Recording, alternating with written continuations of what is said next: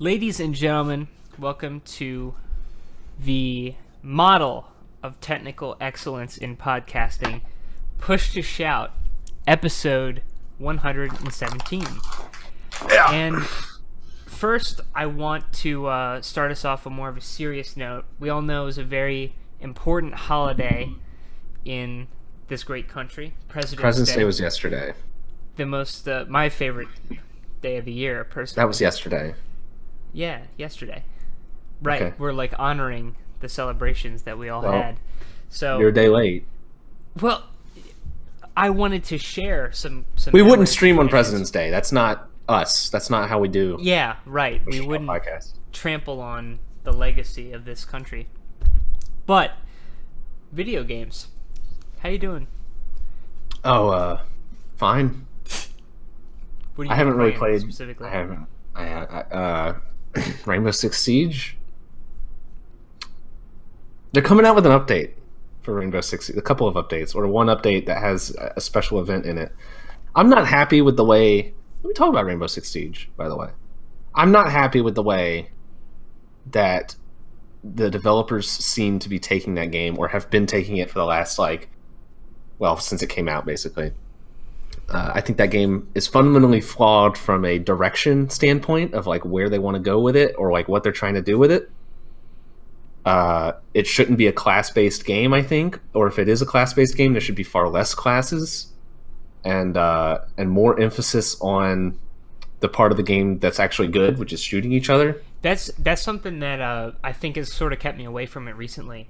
I played it when it first came out, and I remember trying to get back into it a year or two later, and there were so many more classes that I didn't know what everything did anymore. And that's sort of just a barrier that even Overwatch is a bit that way, where I went back to it once and there were 3 new classes. I didn't know what anything did, and now basic abilities of certain classes have changed. So I don't know. I don't like change, I guess. Yeah, well, it's not so much. Well, okay, at first it was change that I didn't like, because I did the same thing with Rainbow Six, where I stopped playing before many updates came out, and then I started playing again after they had released 6 or 8 operators or something, and learning what they do is kind of obnoxious, especially when you can't play them because they're locked behind a pay barrier. So you don't get the experience of playing them to know how they play, or what you should be looking out for. You just have to get killed by them to understand what their problems are, or what their abilities are, and that's annoying. But regardless of the paywall, it's made me realize it's not just the fact that they're adding more and more, which they say that they want 100. They want it to be League of Legends or some shit, where there's all these different classes to choose from, which is just stupid, I think. The whole reason that a MOBA uses all these classes, or has all these available classes, is because that's where the metagame is. That's where the learning curve goes, is having so many classes that you have to know how to deal with them in various situations and stuff. That's the whole game, because the base gameplay is clicking on things, and it's it's not it's a glorified RTS, and so the gameplay itself isn't where the strength of a MOBA is. It's the metagame, it's the strategy, it's all that stuff. And so that's fine for an RTS, something that started out as an RTS mod. But when you have a really good first-person shooter, that base gameplay can stand on its own. You don't need to add all this shit on top of it, all these complicated operators that you have to learn with different abilities and all that stuff. Plus, on top of that, they've got these really complicated maps where you can shoot through walls and stuff. That adds a whole new level of complexity that's already really hard to deal with on its own. And so it just feels like complication for the sake of complication. It's not actually adding anything valuable, I don't think, to the game. And what ends up happening is, for players who don't play all that much, it's extremely frustrating. And I'm one of those people who I don't play all that much, and so I get very frustrated. I'm constantly learning. Well, I know of all the operators that are out right now, I know what they do, basically. But I'm learning little weird things about them, if this... Let me think of an example. There was one in particular that I was thinking of. Okay, one of the operators, one of the newer ones that they came out with recently, no other operator... Well, actually, one other operator can do this, but it's a main part of his ability. So you've got Doc, and he's the healing operator. And if he goes into a down state, your teammates have to pick you up, he can heal. He can use one of the heals on himself to get himself back up. Okay, makes sense. That's his gimmick. That's a thing. Well, now all of a sudden there's another operator that can do it. The explanation for it is she's a strong, independent woman. Does it work the same way? No, it takes a little bit longer, but it's basically, I mean, it might as well be the same. It just takes longer. But you're supposed to, like, you have to keep that in mind. That's such a very specific thing about one character, where it's like you kill someone, you go, oh shit, they're going to get themselves back up. It can be a game changer just because you've kind of forgotten that this one specific character can do this one thing. That doesn't happen that often. It's not often that you're downed and not finished. Right. And so it's really, really obnoxious that, like, if it was a big game changer, then sure, it's changing the game up. But in this case, all it's doing is changing things in very, very, very rare occurrences and then frustrating everyone because they've forgotten that it's a thing or don't even think about it. So that's really annoying, and now they're doing more and more of that. Like, every new operator that comes out, they interact with other operators in different ways. Like, now you've got counter picks going on, and you've got, like, can teams. You counter pick, like, live in Siege? I'm not sure it's like the structure of a long game. How is that laid out? You can't. You choose your operators, and then you have, like, the round where the defenders set up their defenses, and the offense team goes in with drones and scouts everything out. So you've already chosen your operator at that point. Okay. But I think they're changing that because of this counterpick stuff that they're doing now, where it's like, oh, well, this operator, he has a smoke cloud that intoxicates you. But, hey, if you are using the adrenaline rush from this other operator, well, you're breathing faster. So the smoke works on you faster, so it'll kill you faster, 25% faster. And it's just like stupid, tiny shit like that that's just like, why? What is the point? All I really want to do in that game is shoot someone. I want to defend and attack and shoot people. And they've added all this shit that I really would rather just not deal with. I can deal with some of it. Like, some of it's really interesting and game-changing. The drones are interesting because you can get someone's position without exposing yourself. The ability to blast through walls and stuff is interesting.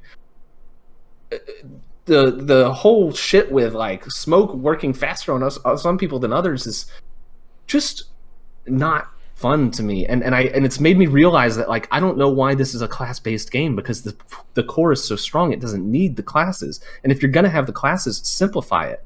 You know, Team Fortress 2 never had more than, what was it, 9 classes, and it formed the basis of an entire new genre, and it's still great. And it even stumbled into the same problem. Like, exactly. If anything, they made it worse by trying to complicate things, and that's what's part of what turned me away from it. And so, like, it just doesn't make sense to me. From the way you're describing Siege, it sounds like they're making it more important to know the composition of the enemy team rather than just have an intuitive grasp on, like, the tactical elements of a situation. Yeah, I mean, well, the thing is, both are, I would say, like, equally important. When really, I think only one is fun. Okay. Because I don't want to deal with trying to figure out. First of all, you have to figure out, like, okay, if you're shooting at someone down a long hallway and there's bullets flying, how do you identify who that is? It's very difficult because they're all just tactical-looking people. You know, it's not a big cartoony game, and people don't have enough health for you to be sitting there shooting at them, figuring out what's actually going on. It's very fast. You're not identifying classes in the game. You identify them in the drone round, and if you miss any, then you just miss any. But whatever. But and then they add cosmetics on top of that completely change the look of the operator. So then you have to learn the cosmetics as well, which is a whole other thing. But I think that game's great, and I think that it would be awesome if it was way, way, way, way, way, way more simple. Like, you choose a loadout, you choose a gun, you choose a sidearm, and maybe you have, like, certain abilities that you choose from in your loadout, and that's it. But instead, it's this MOBA-esque thing where everyone's got abilities, and now they're trying to add, like, a bunch of lore to it, which really doesn't affect the game itself, but is obnoxious. Like, every time a new operator comes out, they've got a 10-paragraph essay about how how their home life was, and it's like, I don't give a shit. But that's like that already is stupid enough when they do it for, like, Overwatch, but I wouldn't have expected it from, like, Tom Clancy, Millpole Siege game. I'm saying this 100% seriously, not exaggerating. It's worse than Overwatch. Like they go further with it, and it's worse. Overwatch. Or It's awful. Sounds worse. Yeah, because at least Overwatch has like an emphasis on character design, right? Where like, okay, yeah, like the characters are visually interesting, and you know, and it's a cartoony enough world that like you can build these stupid, crazy backstories and stuff. This is just, this FBI person. Their father left them at the age of 10, and then they grew resentful to something other, and then they went to college here, and they got in a fight with so and so, and it's then like trying to make a backstory for Call of Duty, man. Operators. It's like, how do you? It's stupid. It's really stupid. But regardless of that, I would love to see like a game mode or something. Like right now, they're doing an event that's like zombies, basically. Which is fine, whatever. That's not something that I'm interested in remotely in that kind of game. Like, I'm not playing that game to shoot at zombies, but fine. It's like a month-long event. Who cares? I'd love for them to do an event where, how about like, you can only choose one of 5 operators. It's a 5 versus 5 game. What if there's only 5 operators available? And so like every team has the same composition. And they're very important operators that do very distinct jobs. And so you don't have to worry about all of this bullshit going on. You just worry about executing your plan and doing it well and outgunning your enemy instead of all this garbage around the peripheral. And I know a lot of people really like the garbage around the peripheral. And I guess maybe they appreciate the fact that a game has successfully, and maybe it is successful in this, merged, a good first-person shooter with a good class-based strategy game. But I don't want the class-based strategy game at all, and I don't think there's enough good first-person shooters. Counter-Strike is like the only multiplayer shooter that I've played in the last several years. And so I would love for this to just be like Counter-Strike, but different and a little better in some ways. But instead it's it's something completely different. And it seems like what they're really focusing on is the class aspect of it, not like, the part where you shoot at each other, which is the part where you have fun with the game, in my opinion. But I do appreciate that it has an audience, I guess, but like I really wish it was something else, and it's going in a direction that's further and further away from where I want it to be. But for all the problems that Counter-Strike had, it still mostly felt like when you would lose, it's because you were outshot. That you were just playing worse than your opponent, that they were just better at aiming and coordinating than you were.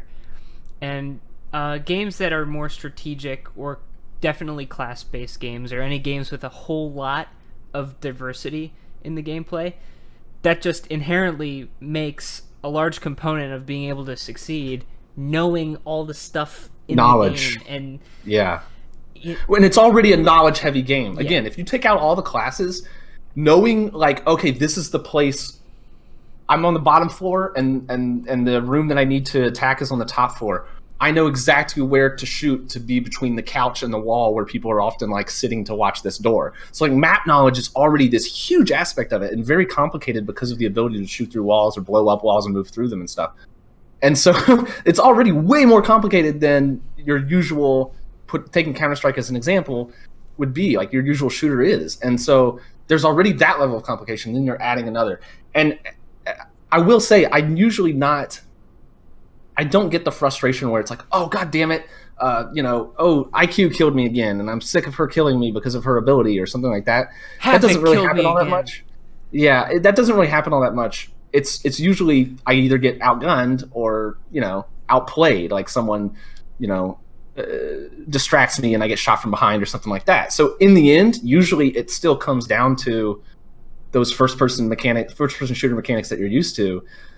That's what really decides a game.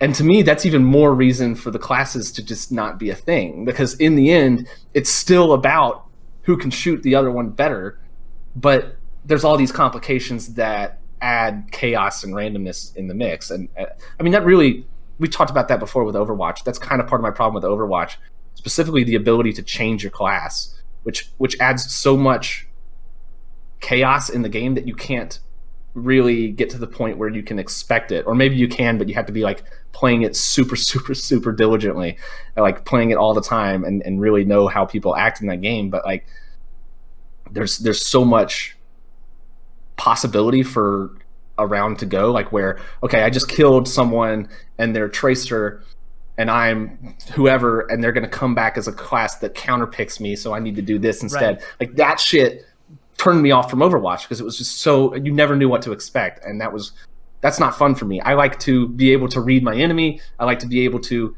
feel like I'm in control of the situation, at least to the limit of my abilities. And when I get outplayed, it feels justified. It doesn't feel like, oh, they just know this better than me. It feels like, oh no, they outsmarted me, or they outplayed me, or they just outgunned me, whatever. That's where the competitive aspect is strong to me. And when you add all the complications and all the chaos and all that stuff, it's just like, oh, well, got kind of unlucky there. I couldn't have possibly seen that coming, or oh man, I wish I played this game for 10 hours a day so that I could know that, all this like obscure shit. It's just not what I want. You also kind of have to consider what level of play you want to look at it at. Yeah. Like, I mean, Counter-Strike obviously can be played at a very high level with some integrity. And that basically carries down to the level of play that we were at, where it feels like there's consistent fairness all the way up and down. Who knows? Maybe at like the upper strata of Siege play, people really do, everyone knows everything, so maybe the knowledge gap disappears, but then maybe something's left over. But that doesn't translate to, I think, most levels the game might be played at.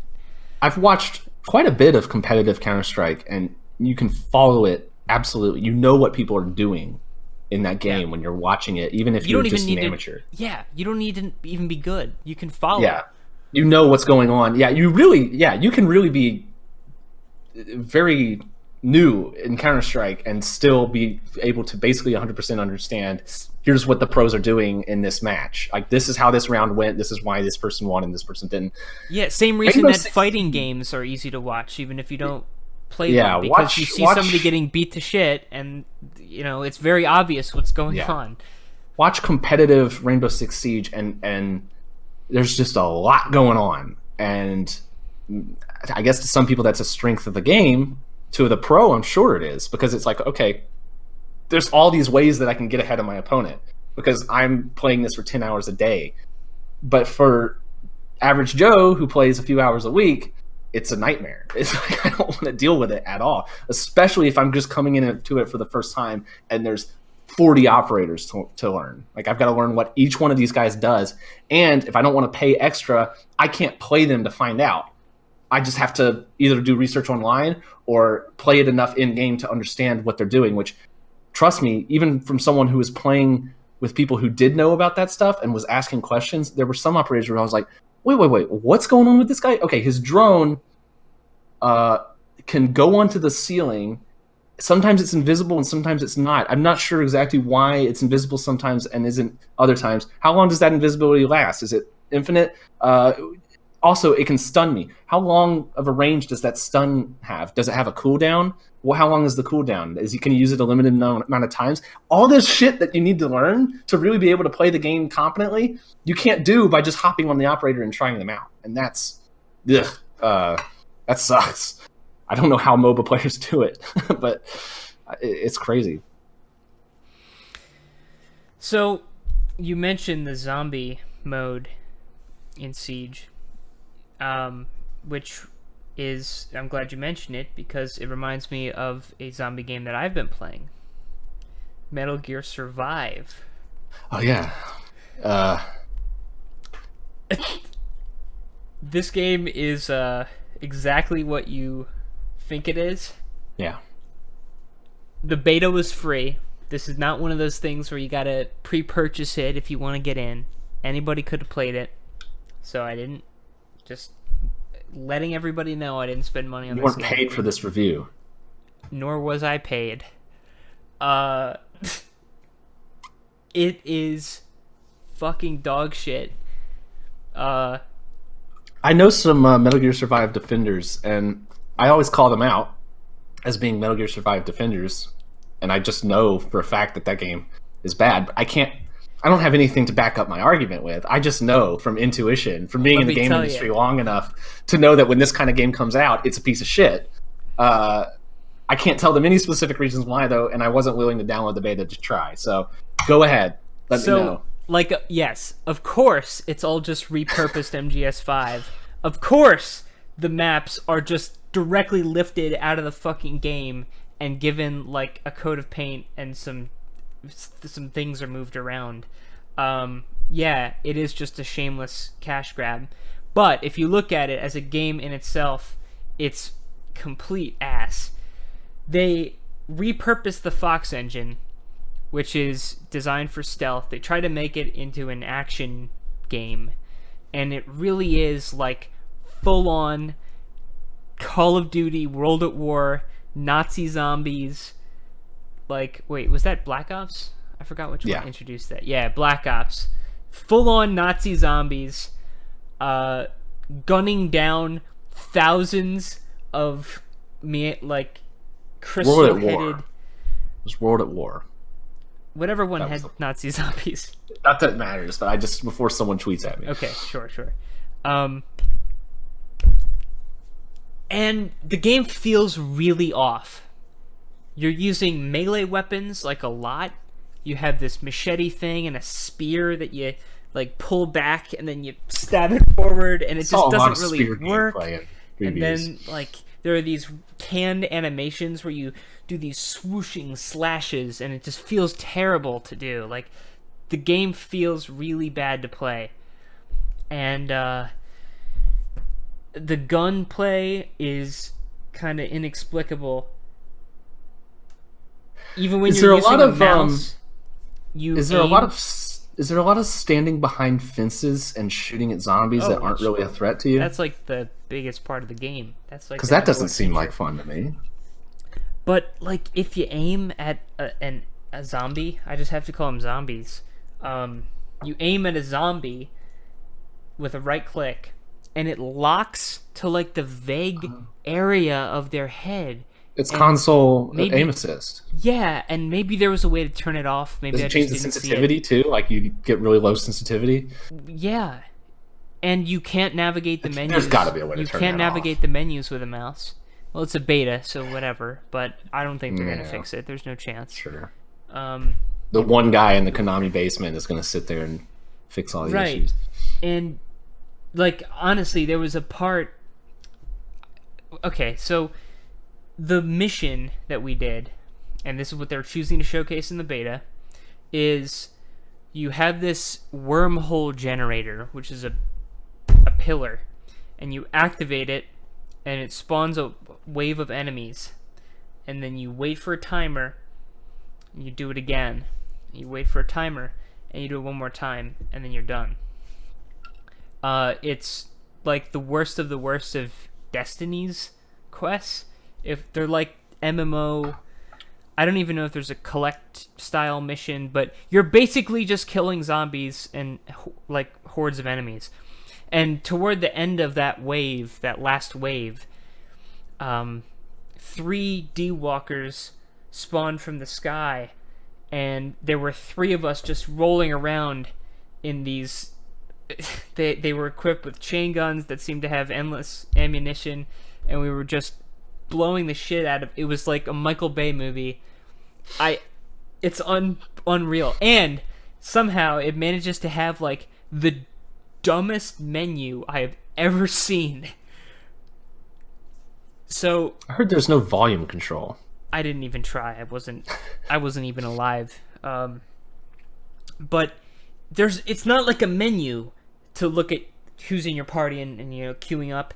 You are a soldier, your avatar, and you're walking around, and there's like 3 circles that you can stand in physically to like go to matchmaking, go to settings, and you're in this big endless void, and projected up on the wall, like huge IMAX screen size scale, like 1,000,000 times larger than your character, is all your character stats and equipment, so huge that you have to like look around to see it all. Like to see what you have equipped, you have to like look up and look at what is in that slot there. And it's like a massive hallway of everyone else in your party. Well, that's their take on so Destiny stupid. And Call of Duty World War II and stuff. They all have those hubs. Yeah, and Hubs are the thing to do now. yeah, so whoever's in your party, they stand with you in that okay, Hunter said that you can turn the aim assist off. Okay, but so the people in your party, they stand with you in that void, and you can fight each other. So everybody in every lobby, while they're waiting for the game to load, is just shooting everyone else. Constantly just unloading, because they give you endless ammunition in this mode for some reason, and everyone is just unloading constantly. And that sounds okay. And the sound design is so like poorly considered that there's no limit on like how quickly sounds can loop. So, well, I mean there is, but it waits for it to end, but then it basically starts right away. So it's not like overlapping on itself or anything comical like that. But if you're on fire, your character will go ah ooh ah ooh ah ooh ah ooh. Just those two sounds. They have two sounds for being on fire.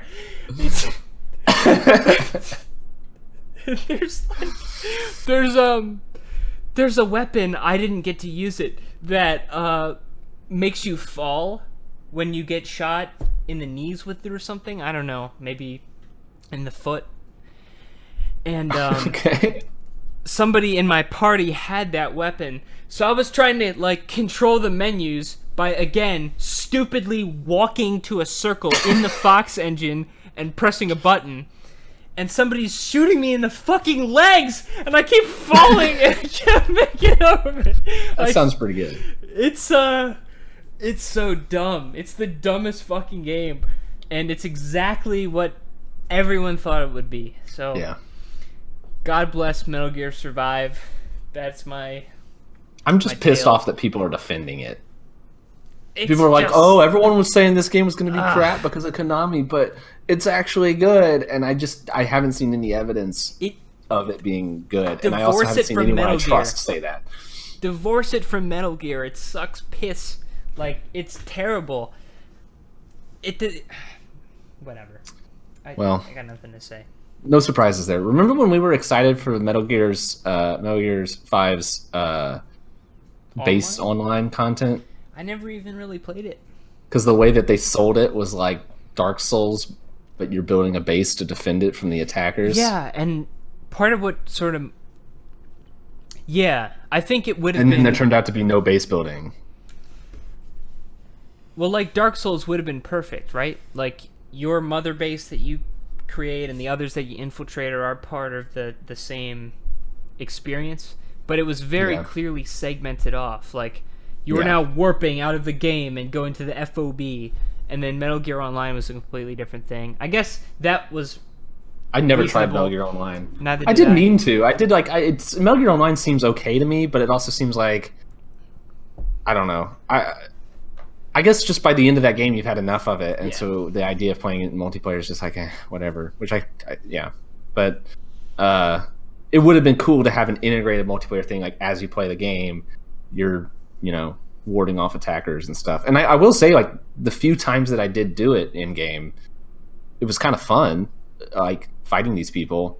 But it was also like it felt really broken and exploitable and. Not at all what I wanted from it, because I said, God, they really misled you in their video where they were like, and since it's your base, you know how to traverse it, and you've got all these defenses set up, and it's just like not that way at all, like not even close to what they implied it was. And you bought a drone, so you know there is one. That's about the extent. Yeah, there's drones patrolling your base. Also, everyone else's bases have drones too because they're cheap and easy to buy. So, fuck it. Yeah, that's really unfortunate. But I played a much better multiplayer beta though. I played a lot more of Sea of Thieves. Yeah, really? I didn't even log on for the test stuff, but now you don't have it, right? Yeah, you didn't buy I pre-ordered it. Oh, you did? And you didn't You didn't play the betas? I know. That's a shame. I don't know. I guess I was just preoccupied over the weekend. I didn't really even think about it. All right, I knew it was going on. I just never really got. We gotta play this when it comes out. Like, Yeah. I played a lot more of it this time around. So we talked about Sea of Thieves briefly on the last podcast. Hadn't played much of it at the time. That was the first beta test. This one is like a more mature beta test. Obviously, it's closer to release. I think it comes out next month, right? This was a server test. I think it was explicitly only testing test. servers. Yeah. But they added more features to the game from the last beta.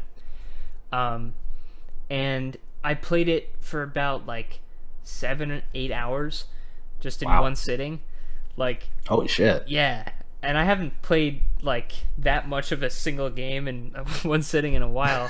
Like, I had so much fun. Were you playing with 4 people or just one other person?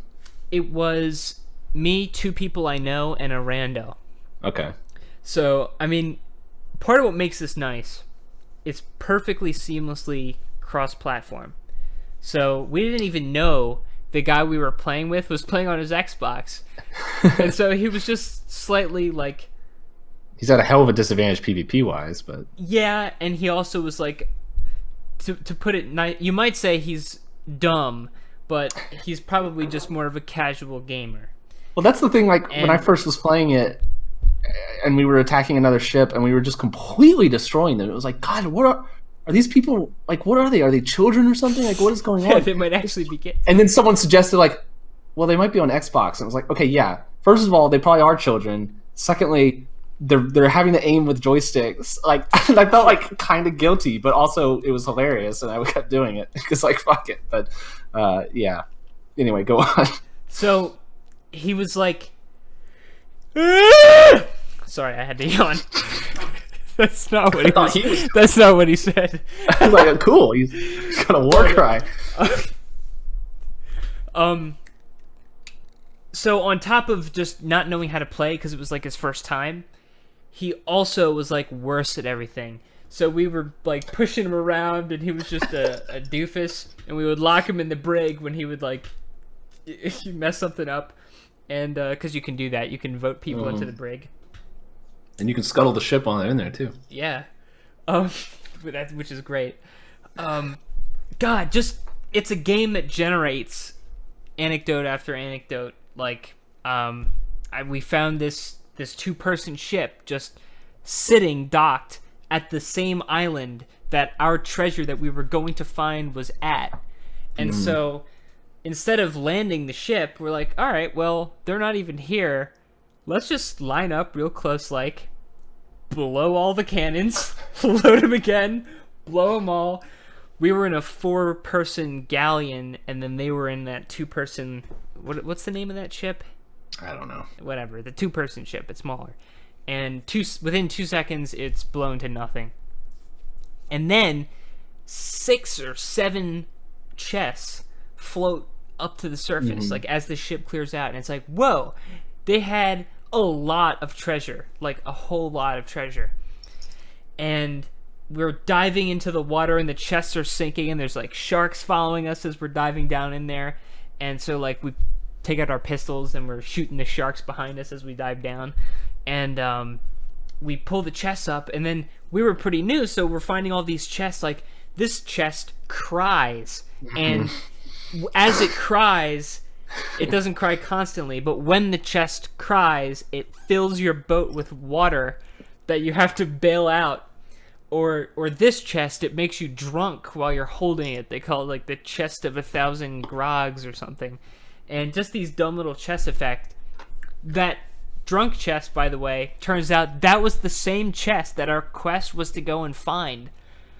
So they were like on the same quest. They were on the same quest, or like who knows? Maybe they were just getting something else on the island. We're coming back to leave because they had like the same chest that we were looking for. That didn't kill our quest. We took all their treasure, sailed back to port, sold it all instantly. You don't walk around with 6 chests. That's the lesson there. And we went back and got the same treasure for ourselves and just double the money.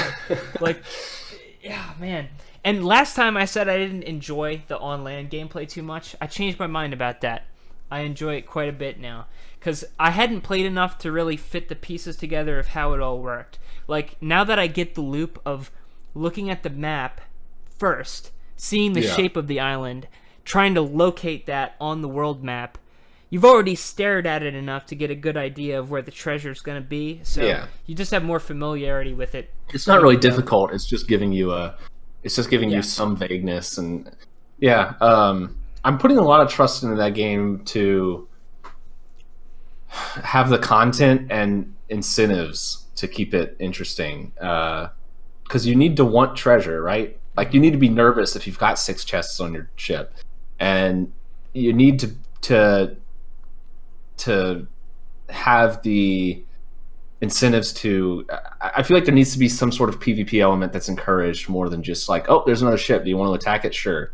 Like, it'd be really cool if there were like events of some sort where like, okay, multiple ships have to go to the same island and get something off of the island or something like that. So you're like competing or something like that. I don't know. I assume the game's time sensitive things content. Like that would be very cool. Yeah, there's a lot of interesting stuff they could do with it that I really hope is implemented in the game, at least from the start. If not, in DLC and stuff like that. But I have a similar question or concern to you there, where the vendors in the town, they don't seem to well, they sell like the blunderbuss, the sniper rifle. Mm-hmm. That's kind of what you can get weapon wise. There's equipment's basically the same way. There's just a lot of like cosmetic variations on what you, and obviously cosmetics are going to be a big thing. People are going to dress up and play pirate, like that's part of the fun. Yeah. But so far the only like obvious opportunity to add a substantial amount of new content, or as far as like a gameplay loop goes, is the ship builder NPC that's currently disabled. Okay, that even tells you to go away and come back. So, because I think that's the one thing progression wise that I think I'd be really actually invested in is like I'd love to be able to like build a cool ship, even if it's really mostly or just cosmetic. Like I don't ever care about character cosmetics really, but having a ship, you get like, and you can like put a lot of cosmetics on there, like make it look a lot different than other people's. Like that would be really neat. Yeah, and it could even be. It could work in a similar way to Call of Duty's gun skins used to, where this means I've been playing the game a lot, and like I earned this by doing this. Yeah, you're right. That'd be like, really cool. If you can, and you could. There's so much more you could do with a ship. Yeah, like conceptually, where and it'd be really really cool, but I'm not necessarily expecting it. If you could actually change the ship in like meaningful ways, where it's like, okay, number of cannons. Or stuff like that, maybe where like side it's like grades. Modular or something. Yeah, exactly. Or maybe you can like reallocate the ship so like it's worse at this, but you add another cannon. Yeah, that could be stuff that they're planning to release as paid content or something. I just don't really know what to expect content wise at release. It's hard to say. Yeah, and I think they've been pretty cagey about it, which could be a good thing or a bad thing, really. I think they definitely need more than just skeletons to fight. Yeah, they need skeletons and sharks. So there's one thing, but having other players around is a big deal. I mean, in the end, like the PvE stuff, I kind of care less about than the PvP stuff, because like really all I want out of that game is to raid other people's ships and get raided, and I think that's a lot of fun. That's parking at an island and looking for the treasure is not all that much fun, really. It must be tough to balance that though, because you don't want to feel like you're just getting ships like thrown at you every 3 seconds. Yeah. But you also need to not be wondering, well, I haven't seen any players in like 2 hours. Yeah, I feel like there's a balance to be made there. I feel like you need a certain amount of danger of having another ship stumble upon you at any time. And I also think that you need a way to find other players if you want to, instead of just sailing around and not finding anyone. But if it happens Sinister often Bell. If it happens often enough, it's just going to be really annoying. Especially since like if someone starts chasing you and they're not really catching up to you, that could last forever. Just like them chasing you, and that's just not fun. It's just annoying. So I don't know. I don't know exactly what to the be solution honest, is there. I think that's pretty fun. We did this. Well, because the sailing is actually kind of interesting. Yeah. Like actually having to move the sails and stuff is actually kind of works in a way that's more than just pointing your ship in a direction. That stuff does make it a little bit more interesting. But and like the tension of a long chase is kind of cool in that game. Yeah. Especially because the aesthetic is so nice. Like just sailing on the water is really, really nice in that game. It's like Wind Waker that way. I said that last time, but it's very true. Yeah, I mean, it really is. I mean, if Wind Waker had extremely realistic looking seas, like insanely real, like I can't believe how good the ocean looks in that game.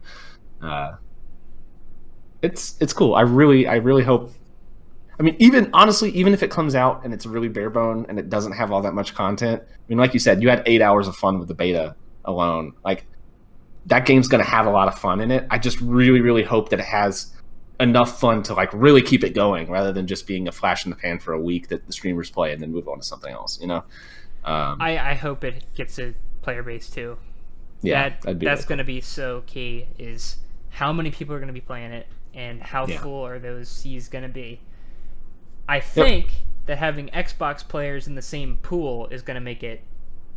I really like it's probably going to feel way more active than it probably should, just because everyone's playing together. But that makes the experience better for everyone, because now everyone has a more active player base. Yeah.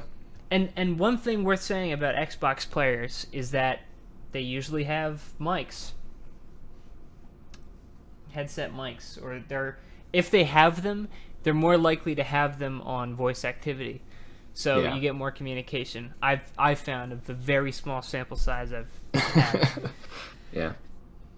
All right. So yeah, I'm excited for that. Quite a lot more excited than I was before playing it. I've only got I've got one more thing. I think I can't think of anything else. And I just thought about this because he's actually streaming tonight. I think he's streaming right now. You could switch over to him right now. There's this guy who I think has recently gained a lot of popularity on Twitch, and he prank calls scam tech support dudes. This guy. I didn't get his name. It's what is it? Shit. Starts with a P. It starts with a K. Kitboga. Yeah. Kitboga. He gets these viruses or whatever with a number to call. He's got some remote desktop that he uses, and he gets on there, and he's got, my favorite that he does is he's got a voice changer where he sounds very convincingly like an old lady over kind of a shitty, telephone connection. And he does this accent with her that sounds like if the Queen has been living in Brooklyn for 10 years, it sounds about like that. It's extremely good. And so he gets these poor Indian tech support scam guys getting on there, and they're trying so hard to scam, and he just tries to waste their times. He's got like the speed running tally thing going, like a banner with the times segmented, but instead of trying to do it as fast as possible, he tries to do it as slow as possible.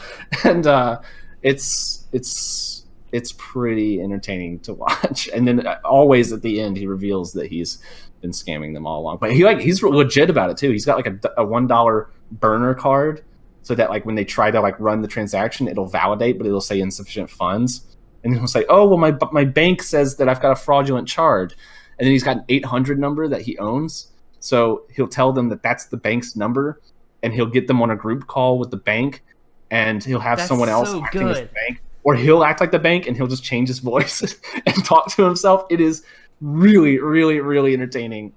That's really good. Highly recommend it. And they're always, and there's like things that they always do. They always try to turn on the webcam. They always click the webcam and try to turn on the webcam for some reason. They always pull up the if you get a picture of somebody, you can make a photo ID.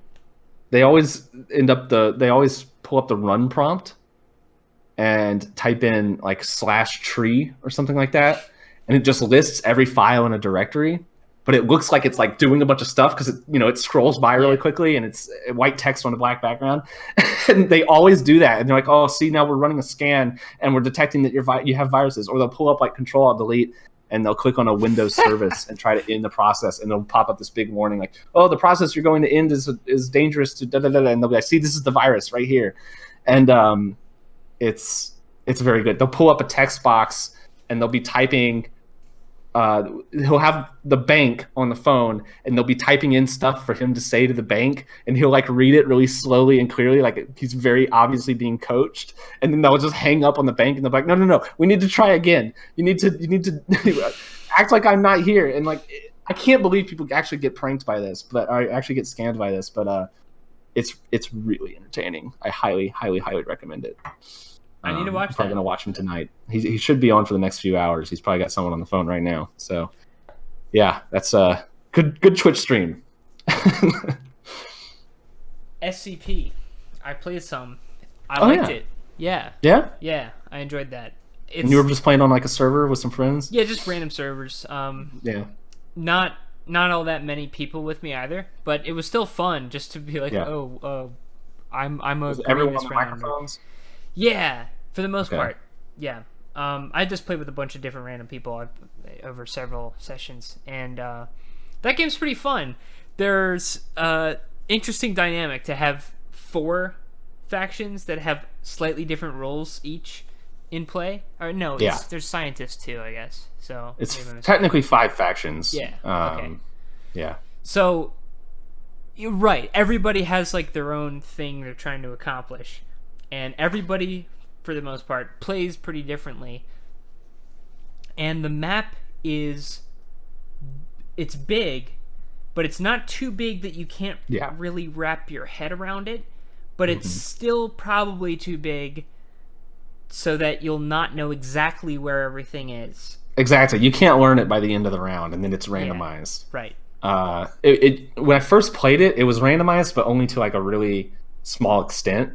So it ended up being really easy to learn because you could be like, okay, I can just follow this right wall, and the intercom room is always on this wall. It's always in a corner in this complex. Yeah. And then like you start to learn these patterns. And so even though it's random, you kind of know vaguely where everything is, and it starts to get really easy to just like shut off complete parts of the map in your head because you kind of learn where exactly stuff is and the path between them.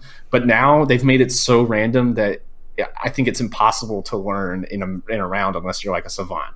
And so, and like you said, it's big enough to get lost in, but not so big that you're just wandering around corridors not stumbling upon anyone. You're always going to stumble on someone. Like it's impossible not to somehow. Yeah. And so and you just never know what you're going to find. Are you going to find an SCP? Or are you going to find a scientist or a security guy or whatever? You just don't know what the fuck's going on in any other part of the It's obviously not a highly competitive game. It's no, and I hope that fun. In public, I hope in public servers people keep up the spirit of like not just shooting on sight and stuff. Like you got to talk to people and fuck with people and stuff like that. Especially as an SCP, you have to like.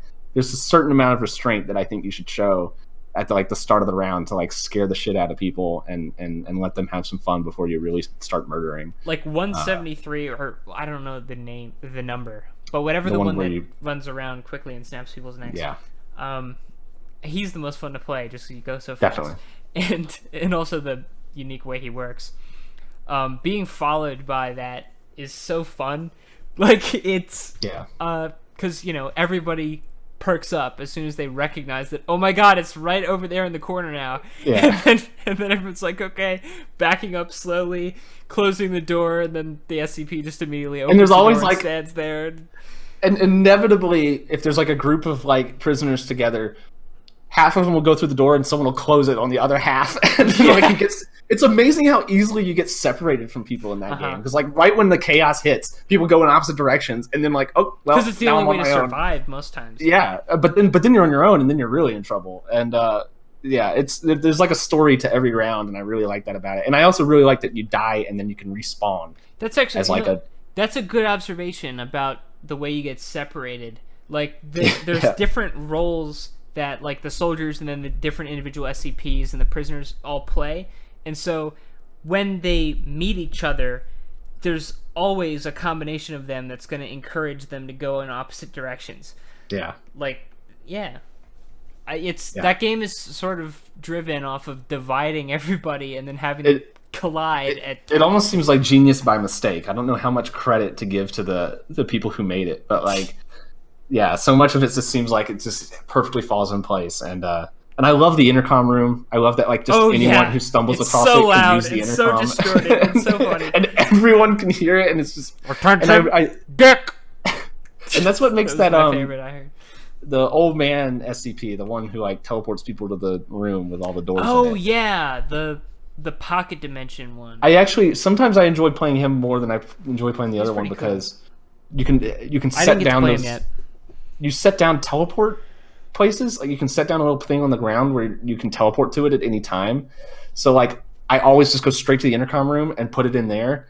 And then right when I hear the intercom go, I just teleport to it. And it's so funny because they'll be sitting there on the intercom and then they'll just be like, oh shit, when they see you. And then you can cut them off like mid transmission. It's a good game. It's free. Everyone should download it and try it. That's the best part. It is free. Yep. I also played some more Celeste. I'm just grinding out the final hardest levels, the seasides. I like it a lot. Probably not as much as Meat Boy, but it's pretty fun. Yeah. And I saw The Departed for the first time. Really? Yeah. Wow, that's a weird one not to have seen for the first however many years. I know. Yeah. I thought it was pretty cool. I like Gangs of New York more though, which I also just saw. I had, like, back to back, The Departed made me want to watch another Scorsese movie, and those are like the only ones I hadn't seen. So, pretty cool, both of them. The Departed is well, I don't want to like spoil it. What did you think of the ending though, in like vague terms? It's been a while. I know how it ends, but it's been a while since I've seen it. Okay. I remember there's one particular part of the thing about the ending that's like super on the nose, but it doesn't really bother me. And then I remember overall being fine with the ending and not like thinking it was. Yeah. I don't know. It ended, and I wasn't like dissatisfied or amazed with the ending. I didn't dislike it. I just thought, wow, that was really sudden. But, yeah. Okay. I don't really have much more to say about it though. I also saw Eraserhead for the first time. I need to see that. Pretty cool. Pretty short too. It was only 90 minutes. Yeah. You need to check out. Need to check out Twin Peaks. I saw the first 2 episodes. I need to pick it up again. I liked what I saw. I never went back to. I think you might really like Twin Peaks. It's just really. It's a mixture of bad and good for sure. It really hits or misses, but the hits are good enough to especially in those first 2 seasons, like the original run. The hits are very good, and it hits some slumps, but like it totally pays off. And then the return season is worth watching just to experience how insane it is. I still haven't figured out how I feel about the new season of Twin Peaks. I hope they make another season, so I guess that's positive, but holy shit, I don't know what to say about it. I almost just want you to watch it just so that we can be like, I don't know what we would even talk about. We'd just be like, yeah, that was really something. That's like all you could say about it. Like, it's just fucking insane. I remember Rocco talking about it on the Mega 64 podcast. I couldn't believe how insightful he was about it. I saw the video. He uploaded a video where he was like, immediately after watching, I think, the finale, he uploaded a video and I watched it and I was like, he's making a lot of points in here that I hadn't even thought of. Like he was good at reading into it a lot more than I did, where I'm kind of watching it just be like, yeah, this is some crazy shit. Like he actually made some connections that I thought were good observations that I just completely missed. I might need to just rewatch it, but oof, it's crazy. Yeah. Eraserhead was really bizarre. Like, really fucking strange. And there's a lot of weird movies out there. This one is very obviously in your face. Strange, beyond strangeness, and it's just constantly doing weird shit. And it's not like it's trying too hard or anything, because it does it so well. But there's not like a single normal minute of what would... There's not a single normal minute of footage. It's just so odd, completely, which is really impressive.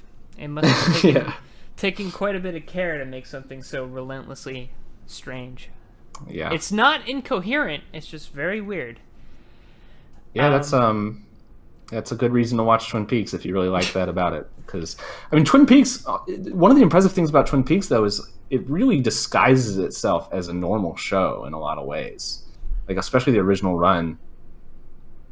If you were just, like, watching it on TV, like, if you just, someone had it on TV and you were walking through the living room and you caught a glimpse of it, I mean, there's very few things about it, I think, where you just, like, immediately be put off by its strangeness. But you sit down and you watch it, and it's just like, it's just weird. I guess that's one of the things that makes David Lynch really, really special, is that his weirdness, sometimes it seems a little bit contrived to me, or like arbitrary, but most of the time it just feels like there's an actual artistic brush behind it, you know?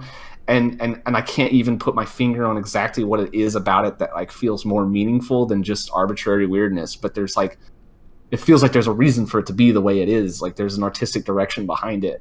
It's not just, you would never describe any of David Lynch, I think, as, lol, it's so weird, it's random, XD, or anything like that. Even though I think if you heard people talking about it from a third person perspective and you'd never seen his stuff, you would think that that's what it was like, because everyone was just like, oh yeah, it's weird. But like, that's not, that doesn't tell the whole story. Kooky, random, wacky waffle weird. Yeah. It is weirdness that is pointed at something. Yeah. And Hanzo in the chat made a correct point, which is that it's strange but straightforward. Yeah. A lot of times it feels like he has a very clear idea. You might not be able to put it into words necessarily, but there's something very specific, some stray thought that is materialized into this thing, this visual thing, whether it's a big papier-mâché, puffy-cheek lady on stage singing about how everything's fine in heaven while she stamps on, like, I don't even know what they are, like sperm snakes. It's just such a... But it doesn't seem like those were the things he was thinking about as he constructed that scene. Like, it's put in a context of issues that are more relatable, and there's substance that underlies all these strange things. So I don't know about all of his stuff. I haven't seen enough of it, but that seemed to be the case in Eraserhead for sure. I liked it. I recommend it. Yeah, I need to check it out. And that and Blue Velvet. I need to see check that one out too. I think it's on Amazon Prime. Need to see Blue Velvet. All right. Well, it's been an hour. It has been, guys. That's the allotted time we have. We can't go further than that. So. Yep, we must pull the plug exactly 1:00. Thanks for watching, everybody. I actually. So, I talked about a 2017 video last time. Well, that hasn't come out. Yeah. That is a pure laziness. But I've decided to just lean into the Oscar thing. And we're going to have a bona fide Oscar special. I'm going to put my video up on March 4th, which is when the Oscars will be awarded. I just want to sort of get on the same critical plane as the Academy, who awards the Oscars. Are you going to have the same kind of social awareness that they have there? Okay, so I've been thinking about that. I may not be as woke, but I got a lot of heart. And so... That's what matters. Well, it's what matters, and it's what makes you an activist, which is what I am. All right. Thanks for watching, everybody. See you later.